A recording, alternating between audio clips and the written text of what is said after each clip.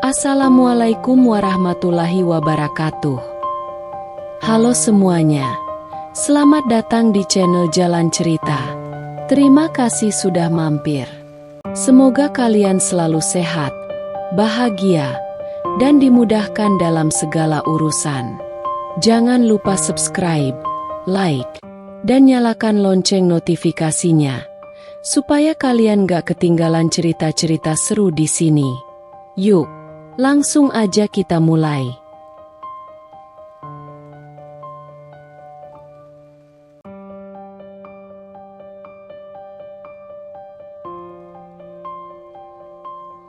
Dulu aku mereka injak-injak sebagai karyawan, sekarang aku datang sebagai bos mereka. Aku bukan siapa-siapa ketika pertama kali menginjakan kaki di perusahaan ini. Seorang wanita muda penuh ambisi, berasal dari keluarga sederhana, bermimpi mengubah nasib. Aku datang dengan harapan, dengan keyakinan bahwa dunia kerja adalah tempat di mana mereka yang gigih akan diakui. Tapi ternyata, kenyataan tak seindah itu. Hari pertama, aku melangkah dengan percaya diri, menyapa setiap orang dengan senyum. Namun, mereka hanya melirik sekilas, lalu kembali sibuk dengan urusan masing-masing. Seiring waktu, aku mulai menyadari bahwa di sini, nama lebih berharga dari kerja keras. Relasi lebih penting dari kompetensi. Dan aku hanyalah seorang gadis yang harus berjuang lebih keras hanya untuk dianggap ada. Aku sudah menyelesaikan laporan ini, Pak. Ucapku penuh semangat, menyerahkan berkas yang sudah kususun dengan teliti. Bosku mengangkat alis sekilas, lalu menatapku datar. Oh, bagus. Taruh saja di meja. Aku berdiri di sana, menunggu setidaknya satu pujian kecil. Tapi tak ada. Bukan hanya dari bosku, tapi juga dari rekan-rekan kerja yang seolah tak melihat usahaku. Aku bekerja lembur, mengambil tugas-tugas yang bukan tanggung jawabku, berharap suatu hari seseorang akan berkata, "Kamu hebat." Tapi yang kudapat? Si anak baru. Selalu sok rajin, bisik seorang kolega di sudut ruangan. Hatiku mencelos. Aku ingin marah, ingin membela diri. Tapi aku tahu, membuktikan diri bukan dengan kata-kata, melainkan tindakan. Maka aku bertahan. Aku tetap datang lebih pagi dari yang lain, menyelesaikan pekerjaan dengan sempurna, dan menahan segala komentar miring yang mencoba meruntuhkan semangatku. Hingga suatu hari, ada proyek besar yang sedang dikerjakan tim kami. Aku melihat celah, kesempatan untuk membuktikan bahwa aku lebih dari sekadar pion. Aku mengambil inisiatif, menyusun strategi, dan memastikan semuanya berjalan lancar. Dan ketika akhirnya proyek itu sukses besar, aku pikir inilah saatnya. Saat di mana aku akhirnya diakui. Namun, yang terjadi malah sebaliknya. Hebat, kerja bagus, Pak Rudi. Ucap salah satu direktur kepada atasanku. Aku terdiam. Aku yang menyusun strategi. Aku yang begadang memastikan semuanya beres. Aku yang mengorbankan waktu dan tenaga. Tapi penghargaan itu diberikan kepada orang lain. Aku hanyalah bayangan. Saat itu, aku sadar, dunia ini tidak akan berubah jika aku hanya berharap. Aku harus mengambil kendali atas nasibku sendiri. Jika aku ingin diakui, aku harus bersuara. Jika aku ingin dihargai, aku harus membuat mereka melihatku, bukan sebagai pion, tapi sebagai sosok yang tak tergantikan. Dan itulah titik baliknya. Aku mulai berani berbicara, menuntut hakku, menunjukkan bahwa aku bukan sekadar pelengkap. Aku membuktikan bahwa aku layak, bukan karena belas kasihan, tapi karena aku memang pantas. Hari-hariku dipenuhi kerja keras tanpa penghargaan. Aku datang lebih pagi dari yang lain, pulang lebih larut, dan mengerjakan tugas yang bukan bagianku, berharap ada yang melihat usahaku. Tapi nyatanya, semakin aku berusaha, semakin mereka memanfaatkanku. Rina, bisa tolong rapikan laporan ini?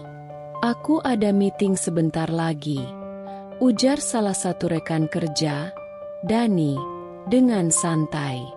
Aku tahu ini bukan tugasku, tapi jika aku menolak, aku akan dicap tidak kooperatif. Jadi, aku mengangguk dan mengambil berkas itu, menyelesaikannya dengan teliti. Namun, ketika laporan itu dipresentasikan ke atasan, namaku tak disebut sama sekali. Lalu ada Pak Arya, atasan langsungku.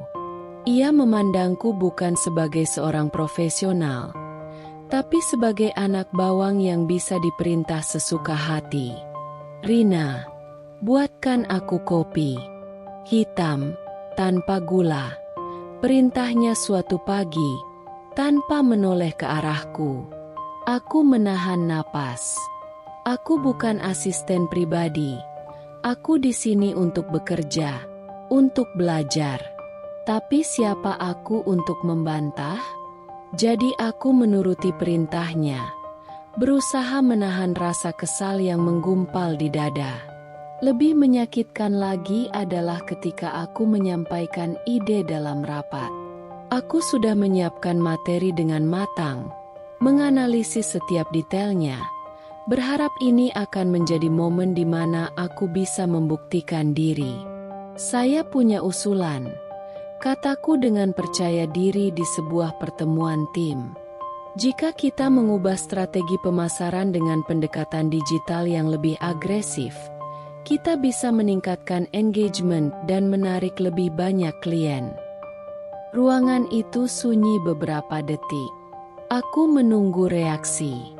Lalu, Pak Arya terkekeh kecil.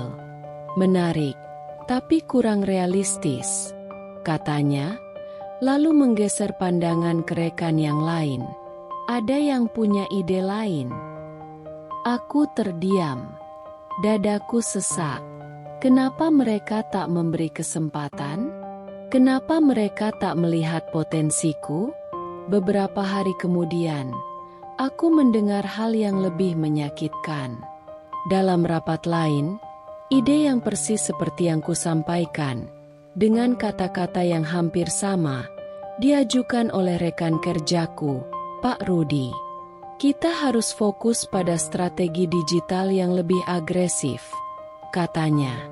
Dan kali ini, Pak Arya tersenyum puas. Bagus, Rudi, ide yang cerdas. Aku nyaris tak percaya. Itu idenya? Itu miliknya?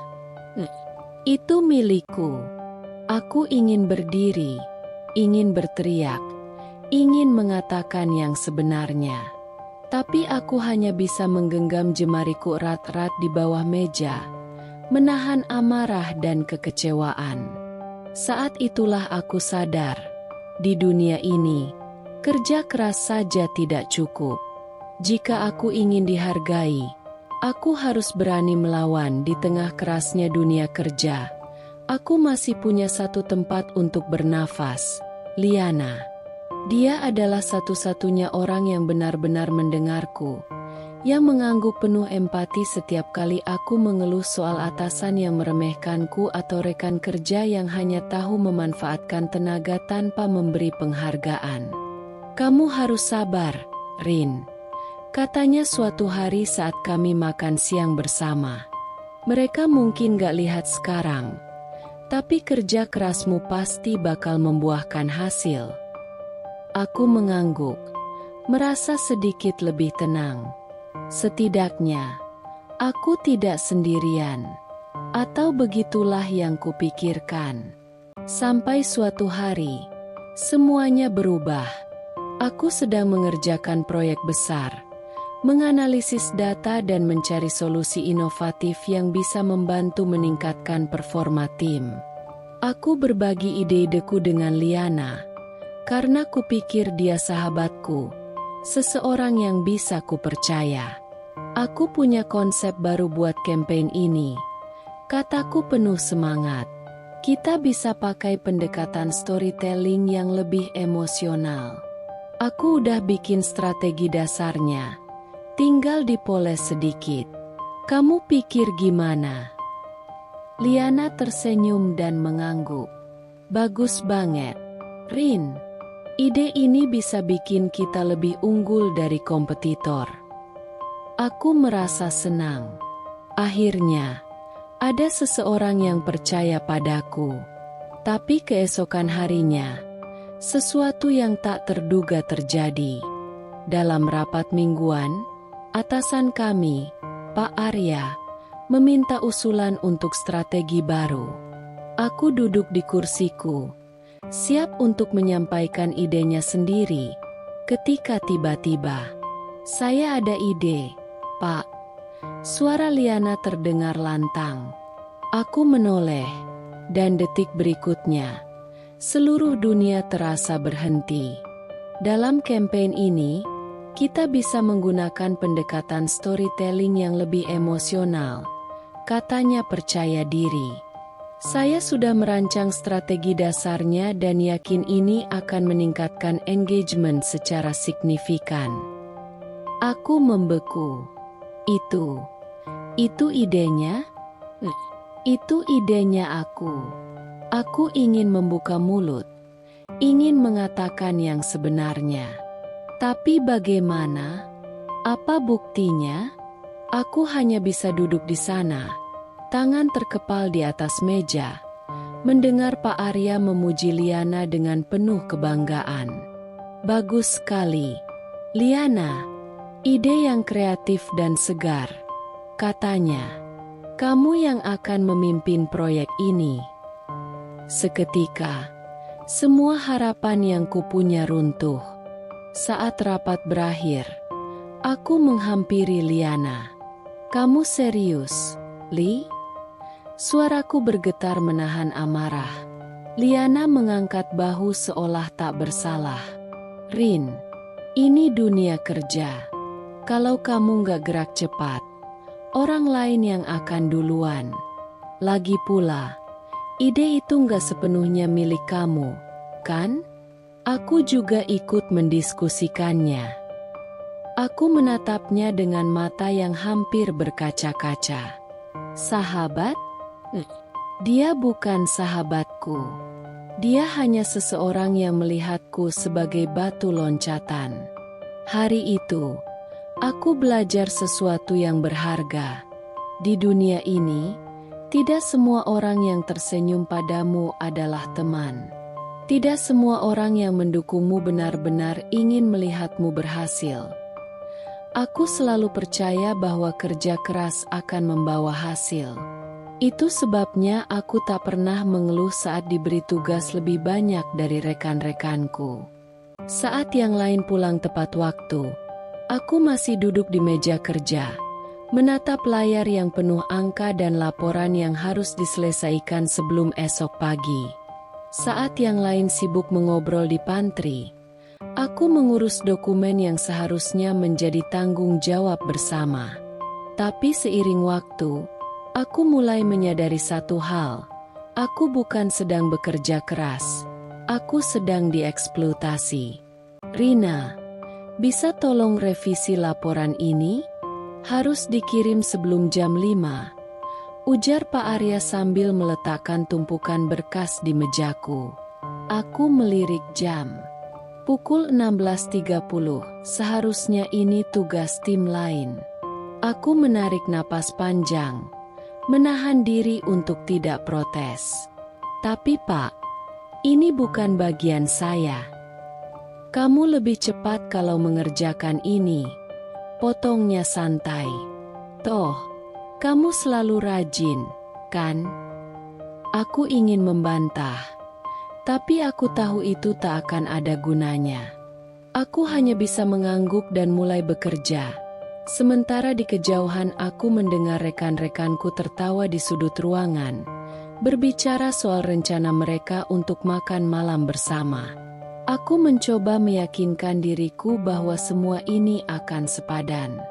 Bahwa suatu hari, mereka akan melihat pengorbananku dan mengakui kemampuanku. Tapi harapan itu semakin pudar ketika beban kerja yang tidak adil ini terus berlangsung. Suatu hari, aku memberanikan diri untuk berbicara. "Pak, saya ingin membahas soal pembagian tugas. Saya merasa pekerjaan saya jauh lebih banyak dibanding yang lain," ujarku dengan hati-hati. Pak Arya menatapku dengan ekspresi datar, lalu tertawa kecil. "Loh, Rina, kerja lebih banyak itu kan artinya kamu dipercaya. Harusnya kamu bangga." Di belakangnya, beberapa rekan kerja ikut terkikik. "Kalau nggak sanggup, mundur saja," celetuk seseorang. Aku merasa dunia berhenti sejenak. Kata-kata itu menohok lebih dari yang kubayangkan. Seolah semua yang kulakukan selama ini tak ada artinya. Aku ingin berteriak, ingin membela diri, ingin mengatakan bahwa aku juga manusia, bukan mesin yang bisa terus bekerja tanpa henti. Tapi aku menahannya. Bukan karena aku takut, bukan karena aku lemah, tapi karena aku tahu, membuktikan diri bukan dengan kata-kata, melainkan dengan tindakan. Jika mereka menganggapku tidak pantas berada di sini, aku akan menunjukkan bahwa aku bukan hanya pantas, aku lebih dari itu. Hari itu, aku berjanji pada diriku sendiri, aku tidak akan lagi membiarkan diriku diinjak. Semakin aku bekerja keras, semakin aku membuktikan kemampuanku, semakin aku merasa ada sesuatu yang berubah di kantor ini. Rekan-rekan yang dulu hanya meremehkan kini mulai menjaga jarak. Bisikan-bisikan halus selalu terdengar saat aku melewati mereka. Tatapan mereka yang dulunya sekadar acuh kini berubah menjadi curiga. Aku tidak mengerti apa yang terjadi, sampai aku mendengar sendiri sumbernya. "Pak Arya, Rina itu terlalu ambisius," katanya dalam sebuah pertemuan kecil yang tak kusangka bisa kudengar. "Dia hanya bekerja untuk kepentingannya sendiri. Hati-hati, jangan terlalu percaya padanya." Aku berdiri terpaku di luar ruangan. Jantungku berdetak kencang. Itu fitnah. Aku tidak pernah berpikir untuk menjatuhkan siapapun. Aku hanya ingin diakui atas kerja kerasku. Tapi Pak Arya berpikir lain. Ia mulai melihatku sebagai ancaman. Aku tahu, aku bekerja lebih baik darinya. Aku tahu, jika suatu hari manajemen melihat potensiku, mereka akan menyadari bahwa aku bisa menggantikannya. Dan itu yang ia takutkan. Maka ia mulai menyerang dari cara yang paling licik, menghancurkan reputasiku. Tiba-tiba, setiap kesalahan kecil yang kulakukan dibesar-besarkan. "Rina, laporan kemarin ada yang kurang satu angka. Hati-hati, kalau begini terus, manajemen bisa berpikir kamu tidak layak," katanya dengan nada tenang tapi tajam. Tiba-tiba, tugas-tugasku yang dulu diberikan karena aku dipercaya, justru digunakan untuk menjatuhkanku. "Kenapa proyek ini tidak berjalan mulus? Bukankah kamu yang menangani? Atau mungkin kamu terlalu sibuk dengan ambisimu sendiri?" Dan yang lebih parah, fitnahnya mulai meracuni rekan-rekan kerjaku. Aku mendekati Liana, mencoba mencari jawaban. "Li, kenapa semua orang tiba-tiba menjauhiku?" Dia hanya menghela napas, menghindari tatapanku. Pak Arya bilang, kamu cuma peduli sama diri sendiri. Aku nggak tahu harus percaya siapa, Rin. Dunia seakan runtuh di sekelilingku. Aku yang bekerja tanpa lelah. Aku yang berusaha untuk tetap bertahan di lingkungan yang keras ini. Aku yang selama ini menahan semua perlakuan tidak adil. Sekarang justru dicap sebagai orang yang tidak loyal? Aku bisa merasakan posisiku semakin terjepit. Jika aku melawan, aku bisa kalah. Jika aku diam, aku akan semakin diinjak. Tapi aku bukan lagi Rina yang bisa mereka permainkan sesuka hati. Jika mereka ingin menyingkirkanku dengan fitnah, maka aku akan membuktikan sesuatu. Aku akan menang, bukan dengan cara mereka, tapi dengan caraku sendiri. Hari itu datang lebih cepat dari yang kuduga. Aku dipanggil ke ruang HRD dengan wajah penuh tanda tanya. Aku tak merasa melakukan kesalahan besar. Tak ada peringatan sebelumnya. Tak ada tanda-tanda bahwa sesuatu yang buruk akan terjadi. Tapi begitu aku melihat ekspresi dingin di wajah manajer HRD, firasat buruk itu muncul. Silakan duduk, Rina, katanya. Suaranya datar tanpa emosi. Aku duduk, menahan napas, menunggu mereka berbicara. Kami harus menyampaikan bahwa perusahaan memutuskan untuk mengakhiri kontrak kerja Anda, efektif mulai hari ini. Kata-kata itu menghantamku lebih keras daripada pukulan fisik manapun. Aku mengedip beberapa kali, mencoba mencerna apa yang baru saja kudengar. Apa maksudnya, Pak? Suaraku hampir berbisik. Saya dipecat. Manajer itu menatapku tanpa ekspresi. Kami tidak bisa membahas detailnya, tapi keputusan ini sudah final. Aku tertawa kecil. Tak percaya. Tidak ada alasan, tidak ada evaluasi. Saya bahkan tidak diberi kesempatan membela diri. Kami hanya menjalankan keputusan manajemen. Dunia terasa berputar. Semua kerja kerasku, semua pengorbananku, semua waktu yang kuluangkan untuk perusahaan ini, semuanya tidak berarti. Aku diusir seperti sampah yang tak berguna. Aku keluar dari ruangan itu dengan langkah gemetar. Meja kerjaku sudah kosong. Beberapa dokumen pribadiku sudah dikemas dalam kotak. Seolah mereka sudah menyiapkan ini sejak lama. Aku menoleh ke arah rekan-rekan kerjaku, berharap ada seseorang yang akan membelaku, atau setidaknya menunjukkan sedikit belas kasihan. Tapi mereka hanya diam. Tak ada satupun yang bersuara. Tak ada yang bertanya kenapa. Tak ada yang mengucapkan selamat tinggal. Mereka hanya menatapku sekilas, lalu kembali bekerja seolah aku tak pernah ada. Hatiku hancur. Saat aku berjalan keluar dari gedung itu untuk terakhir kalinya, aku menatap ke langit. Mungkin ini akhirnya. Mungkin aku kalah. Atau mungkin ini adalah awal dari sesuatu yang lebih besar. Aku menarik napas dalam. Mereka mungkin telah membuangku, tapi mereka tidak bisa mengambil apa yang kupunya. Ilmu, pengalaman, dan tekad yang lebih kuat dari sebelumnya. Jika dunia ini ingin menjatuhkanku, aku akan bangkit lebih tinggi. Jika mereka pikir ini akhir bagiku, mereka salah besar. Aku pulang dengan langkah berat. Dunia di sekitarku terasa asing, seolah aku baru saja keluar dari mimpi buruk yang terlalu nyata. Aku dipecat, dibuang tanpa alasan, tanpa penghargaan, tanpa kesempatan membela diri.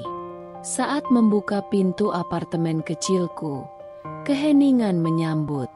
Tidak ada suara email masuk, tidak ada notifikasi pekerjaan, Tidak ada yang menungguku. Aku duduk di sofa, menatap langit-langit dengan pikiran kosong. Apa yang harus kulakukan sekarang? Air mataku jatuh tanpa bisa kutahan. Aku telah memberikan segalanya untuk perusahaan itu. Waktu, tenaga, bahkan kebahagiaan. Tapi mereka membuangku begitu saja, seolah aku tidak pernah berarti. Aku melihat meja di sudut ruangan. Di atasnya, ada tumpukan dokumen yang dulu kukerjakan hingga larut malam. Laptop yang sering kupakai untuk lembur tanpa dibayar.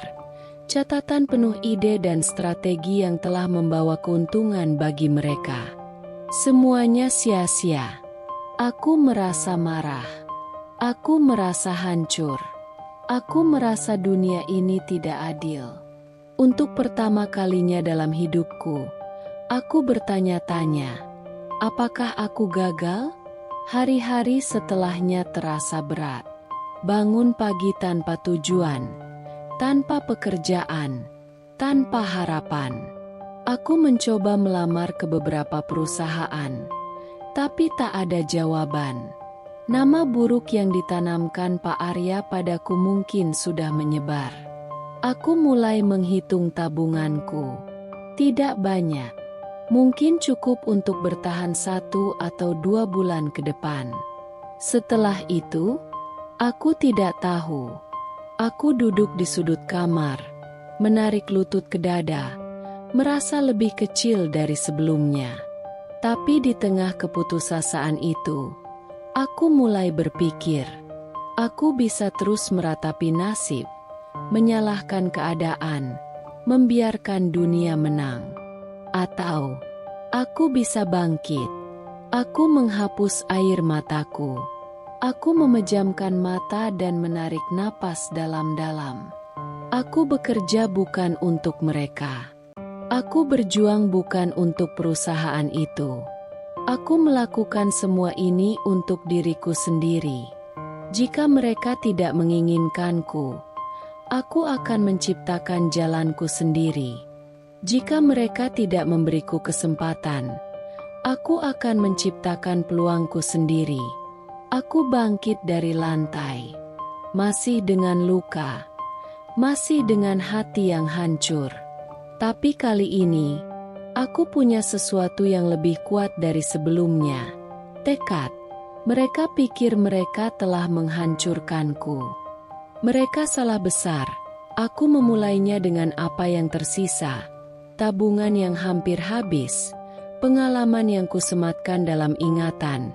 Dan tekad yang kini lebih besar dari rasa takutku. Dunia mungkin telah menutup satu pintu di hadapanku. Tapi aku memilih untuk membangun pintuku sendiri. Aku duduk di meja kecil di apartemenku. Laptop terbuka. Catatan berserakan di sekelilingku. Aku mulai mencari peluang. Menggali apa yang bisa kulakukan.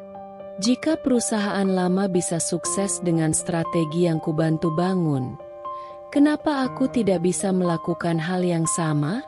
Aku tahu pasar. Aku tahu bagaimana industri ini bekerja. Aku punya pengalaman, ide, dan keahlian. Yang kubutuhkan sekarang adalah keberanian untuk melangkah. Maka aku mulai dari nol. Aku meneliti pasar setiap hari, membaca tren terbaru, menganalisis apa yang bisa kutawarkan. Aku menulis proposal bisnis, mendesain strategi pemasaran, dan menyusun rencana keuangan. Tidak ada tim, tidak ada kantor mewah, hanya aku dan impianku. Hari-hari berlalu dengan cepat. Aku tidur larut malam dan bangun lebih pagi dari biasanya. Aku bertemu orang-orang baru, menghadiri seminar bisnis gratis, mencari peluang dimanapun aku bisa. Saat tabunganku hampir habis, aku sadar bahwa aku harus bergerak lebih cepat. Aku mulai menawarkan jasaku sebagai konsultan independen. Awalnya sulit, tak ada yang mengenalku, Tak ada yang percaya pada kemampuanku. Tapi aku menolak menyerah. Aku mendekati klien pertama, sebuah bisnis kecil yang sedang berjuang untuk berkembang. Aku menawarkan strategi yang kupelajari selama bertahun-tahun. Kami tidak punya anggaran besar, kata pemiliknya ragu. Aku tersenyum. Saya tidak butuh banyak. Beri saya kesempatan. Jika strategi saya berhasil, kita bisa bicara lebih lanjut. Aku bekerja keras untuk mereka, memberikan lebih dari yang mereka harapkan. Dan perlahan, hasilnya mulai terlihat. Bisnis mereka tumbuh, keuntungan mereka meningkat, dan nama mereka mulai dikenal. Dari satu klien, aku mendapatkan rekomendasi ke klien berikutnya. Bisnisku mulai berjalan. Aku tidak lagi menjadi pion dalam permainan orang lain. Aku yang memegang kendali atas hidupku sendiri.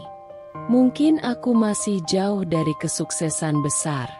Mungkin jalanku masih panjang dan penuh rintangan. Tapi satu hal yang kupastikan, aku tidak akan pernah lagi membiarkan orang lain menentukan nilainya aku. Mereka pikir mereka sudah menghapus namaku dari dunia ini. Bisnisku mulai berkembang. Dari hanya bekerja sendirian, aku mulai membangun tim kecil. Aku belajar banyak dari pengalaman pahit di perusahaan lama. Aku tak akan lagi membiarkan diriku diperalat atau diremehkan. Kali ini, aku lebih berhati-hati dalam memilih orang yang bekerja denganku. Tapi pengkhianatan selalu datang dari arah yang tak terduga. Dia adalah seseorang yang selama ini kupercaya, rekan bisnisku. Seseorang yang kuberikan kesempatan untuk tumbuh bersamaku. Dia datang dengan visi yang sama, dengan semangat yang terlihat tulus. Kami membangun bisnis ini bersama, menghadapi tantangan dari nol. Aku pikir kali ini aku tak sendirian. Tapi aku salah. Suatu hari, aku menyadari ada sesuatu yang janggal. Klien potensial yang hampir sepakat bekerja sama denganku tiba-tiba membatalkan kontrak. Produk yang sedang aku kembangkan tiba-tiba muncul di pasaran, dengan nama berbeda, tapi konsep yang persis sama. Aku mencari tahu, dan kebenaran yang kutemukan membuat darahku mendidih. Rekan bisnisku telah mencuri ide dan strategi yang kubangun dari nol. Bukan hanya itu, dia juga berusaha menjatuhkanku. Dia menyebarkan kebohongan di industri ini, mengatakan bahwa aku tak profesional, bahwa aku hanya beruntung, bahwa bisnis yang kubangun tak akan bertahan lama. Aku merasa deja vu. Ini seperti saat Pak Arya menjatuhkanku di perusahaan lama. Tapi kali ini, aku bukan lagi Rina yang lemah. Aku tidak akan diam saja. Aku bisa saja menyerah. Aku bisa saja membiarkan ini menjadi akhir lagi bagiku. Tapi aku sudah belajar dari kesalahanku. Aku mengumpulkan semua bukti, dokumen, email, pesan, semuanya. Aku berkonsultasi dengan pengacara, berbicara dengan klien yang masih percaya padaku, dan membangun ulang bisnis yang hampir dirusak olehnya. Dan aku melawan. Aku membawa kasus ini ke jalur hukum, memperjuangkan hakku. Aku juga bergerak cepat, memperbaiki reputasiku, menunjukkan kepada dunia siapa yang sebenarnya memiliki ide dan siapa yang hanya meniru. Dan aku menang. Bisnisnya hancur sebelum sempat berkembang. Klien yang sempat percaya padanya kembali padaku, karena mereka tahu siapa yang sebenarnya bekerja keras, siapa yang benar-benar kompeten. Sementara dia lenyap begitu saja. Dari situ, aku semakin kuat. Aku belajar bahwa dunia bisnis tak hanya soal strategi dan kerja keras, tapi juga tentang siapa yang bisa bertahan saat dihantam badai.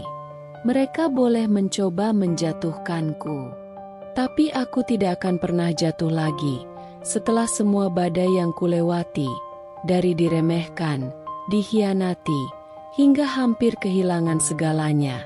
Aku kini berdiri di tempat yang tak pernah kubayangkan sebelumnya. Bisnisku berkembang pesat.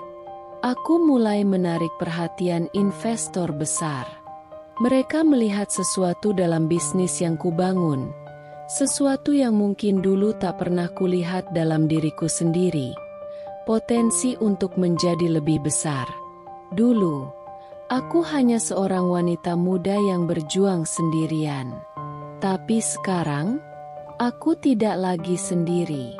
Aku membangun tim, bukan hanya sekadar karyawan, tapi orang-orang yang percaya pada visiku. Mereka bukan sekadar pekerja. Mereka adalah bagian dari perjalanan ini. Aku tidak mau mengulang kesalahan perusahaan lamaku. Aku tidak ingin ada lagi orang yang diperlakukan seperti aku dulu, diremehkan, diperalat, dan diabaikan. Aku ingin menciptakan lingkungan kerja yang berbeda, di mana kerja keras dihargai, di mana setiap orang merasa menjadi bagian dari sesuatu yang lebih besar. Dan mungkin itulah yang membuat bisnis ini melesat lebih cepat dari yang kuduga. Investor mulai datang. Mereka melihat pertumbuhan kami, melihat bagaimana strategi yang kubangun berhasil, melihat bagaimana aku mengubah rasa sakit dan pengkhianatan menjadi kesuksesan. Suatu hari, aku duduk di ruang pertemuan bersama salah satu investor besar. Seorang pria paruh-baya dengan pengalaman puluhan tahun di industri ini menatapku dengan senyum kecil.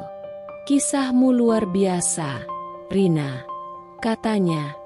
"Tapi yang lebih luar biasa adalah bagaimana kau bangkit setiap kali jatuh." Aku tersenyum. Saya tidak pernah punya pilihan lain selain bangkit. Dia mengangguk. Itu yang membedakan seorang pemimpin sejati dari orang-orang biasa. Kau tak hanya membangun bisnis, kau membangun kepercayaan. Dan itulah yang akan membawamu jauh. Aku keluar dari pertemuan itu dengan perasaan yang sulit diungkapkan. Dulu, aku adalah seseorang yang dipandang sebelah mata. Kini, aku adalah seseorang yang diperhitungkan. Tapi aku tahu, perjalanan ini belum selesai. Aku masih punya banyak yang harus dicapai. Masih ada lebih banyak tantangan di depan. Tapi kali ini, aku siap. Aku tidak lagi berjalan sendirian. Aku membangun sesuatu yang lebih dari sekadar bisnis. Aku membangun sebuah impian yang tidak bisa dihancurkan oleh siapapun. Waktu terus berjalan, dan aku semakin sibuk dengan pertumbuhan bisnisku.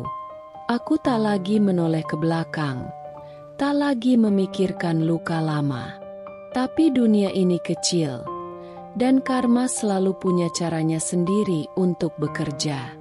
Aku mulai mendengar kabar bahwa perusahaan lama tempatku bekerja sedang mengalami krisis besar. Manajemen buruk, kecurangan internal, dan kehilangan klien satu persatu membuat mereka terpuruk. Awalnya, aku tak terlalu peduli. Aku sudah melangkah maju, membangun sesuatu yang lebih besar, lebih kuat. Tapi kabar tentang mereka terus datang dari berbagai arah. Mantan rekan kerja yang dulu mengabaikanku mulai mencari pekerjaan baru. Klien yang dulu bekerja sama dengan mereka mulai mencari alternatif lain. Aku penasaran.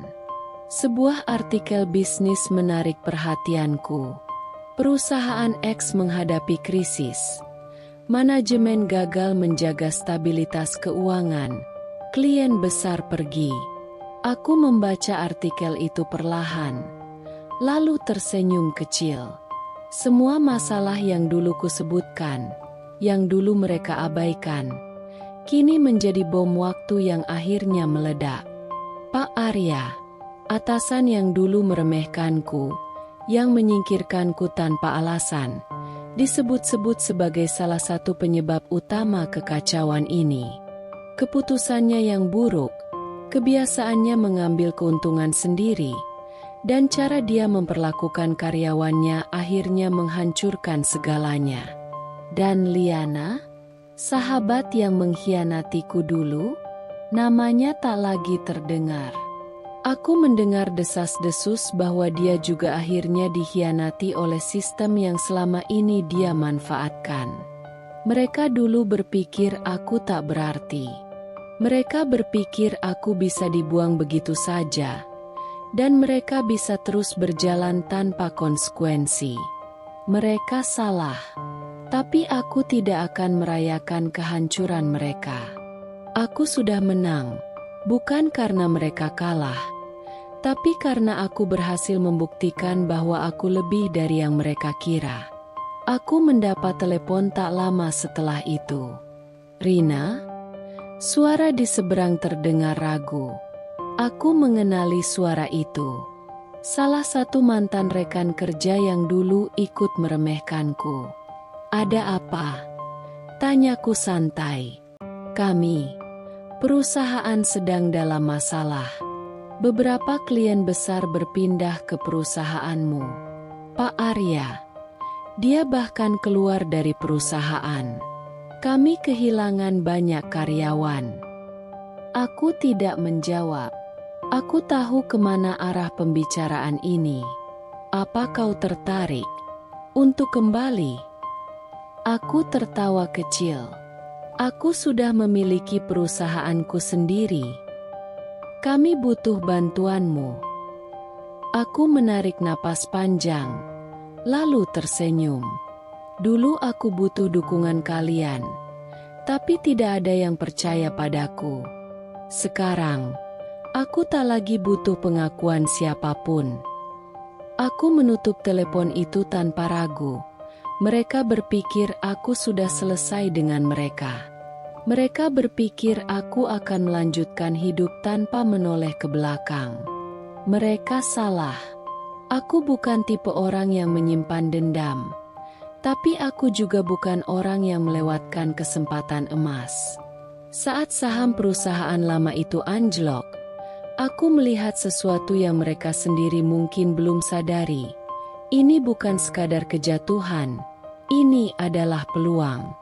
Perusahaanku tumbuh dengan pesat. Investorku semakin percaya kepadaku, dan modal yang kumiliki kini cukup kuat untuk melakukan sesuatu yang bahkan dulu tak pernah terbayangkan. Mengambil alih mereka. Aku mulai membeli saham mereka secara diam-diam, sedikit demi sedikit. Aku mendekati pemegang saham utama, orang-orang yang dulu berdiri di balik Pak Arya, yang mungkin sekarang mulai kehilangan kepercayaan terhadap kepemimpinan yang tersisa. Mereka sedang panik, dan di dunia bisnis, kepanikan adalah celah terbaik untuk masuk. Aku mengatur pertemuan dengan salah satu pemegang saham terbesar. Seorang pria tua dengan pengalaman puluhan tahun di dunia korporat. Seseorang yang pasti tahu bahwa perusahaan ini tak akan bertahan lama jika terus dikelola dengan cara lama. Jadi, kau ingin membeli saham kami? Tanyanya sambil menyesap kopinya. Aku mengangguk, tersenyum percaya diri. Aku ingin menyelamatkan perusahaan ini. Dia tertawa kecil. Aneh. Aku dengar dulu mereka menendangmu keluar tanpa alasan.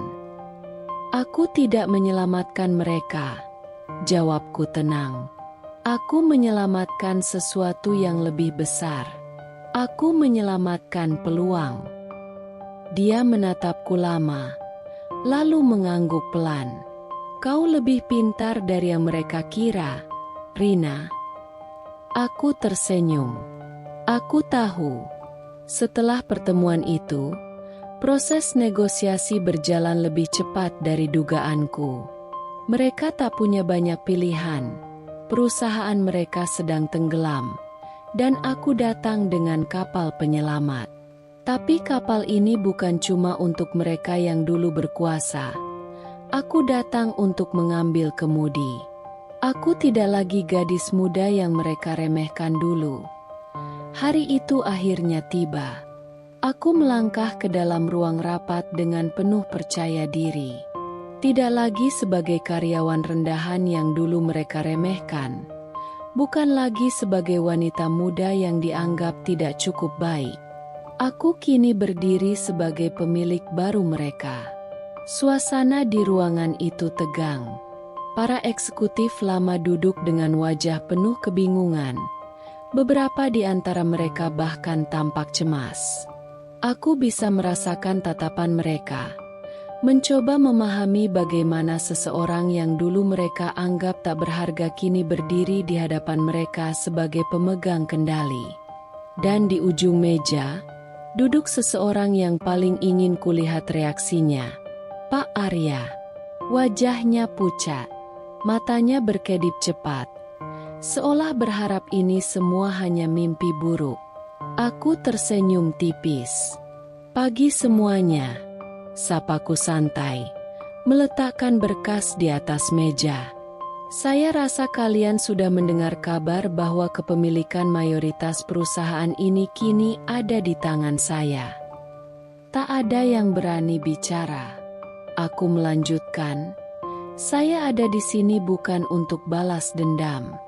Saya di sini untuk menyelamatkan sesuatu yang masih bisa diselamatkan. Tapi tentu saja, itu berarti ada beberapa perubahan yang harus dilakukan. Aku menatap langsung ke arah Pak Arya. Dimulai dari pembersihan manajemen yang selama ini menjadi akar permasalahan. Dia menelan ludah. Rina, kita bisa membicarakan ini. Saya punya pengalaman bertahun-tahun. Aku menyela dengan suara dingin. Pengalaman yang membawa perusahaan ini ke ambang kehancuran. Aku menggeleng. Tidak, Pak Arya. Waktu Anda sudah habis. Tak ada yang membelanya. Bahkan orang-orang yang dulu selalu setia berada di sisinya kini diam. Tahu bahwa posisinya tak bisa diselamatkan lagi. Hari itu, aku memecatnya. Bukan dengan amarah, bukan dengan dendam, tetapi dengan keadilan yang selama ini tak pernah kudapatkan darinya. Dan saat dia berjalan keluar ruangan dengan langkah berat, aku tahu satu hal. Lingkaran ini telah sempurna. Aku, yang dulu dianggap tak ada apa-apanya, kini memegang kendali penuh. Dulu, mereka yang menentukan nasibku. Aku tidak perlu berteriak, tidak perlu meluapkan amarah. Tidak ada gunanya membalas mereka dengan cara yang sama seperti mereka menyakitiku dulu. Aku ingin mereka melihat kebenaran dengan mata kepala sendiri, bahwa aku kini berdiri di puncak, sementara mereka adalah orang-orang yang memohon untuk tetap bertahan. Satu persatu, nama-nama yang dulu meremehkanku, yang dulu hanya melihatku sebagai pion tanpa nilai, kupanggil ke ruang pertemuan. Mereka duduk di seberangku, gelisah. Aku bisa melihat ketakutan di mata mereka. Ketakutan yang dulu mungkin pernah kurasakan ketika mereka memperlakukanku semena-mena. Tapi aku tidak akan menjadi seperti mereka. Aku menatap mereka satu persatu. Perusahaan ini hampir hancur karena manajemen yang buruk. Saya tidak bisa mempertahankan orang-orang yang selama ini menjadi bagian dari masalah. Beberapa dari mereka menundukkan kepala. Tak ada yang berani membantah. Mereka tahu mereka bersalah. Saya ingin lingkungan kerja yang lebih sehat. Lanjutku. Saya akan mempertahankan mereka yang benar-benar bekerja dengan baik, yang berkontribusi, yang tidak hanya duduk di kursi kekuasaan tanpa melakukan apa-apa.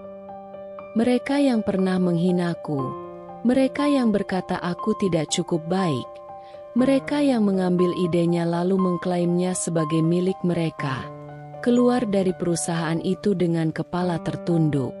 Dan orang-orang yang benar-benar bekerja keras, aku mempertahankan mereka. Aku ingin mereka tahu bahwa perusahaan ini kini akan berjalan dengan cara yang berbeda. Beberapa hari kemudian, seorang mantan rekan kerja yang dulu bersikap netral mendekatiku. "Kenapa kau tidak membalas mereka dengan lebih kejam?" tanyanya pelan. Aku tersenyum kecil. Karena aku tidak butuh balas dendam. Aku hanya ingin mereka tahu bahwa aku bisa berdiri jauh lebih tinggi tanpa menjatuhkan siapapun dengan cara yang kotor. Aku ingin mereka melihat perbedaannya. Dulu, mereka berpikir kekuatan adalah tentang siapa yang bisa menekan orang lain. Sekarang, aku menunjukkan kepada mereka bahwa kekuatan sejati adalah tentang siapa yang bisa membangun, bukan menghancurkan.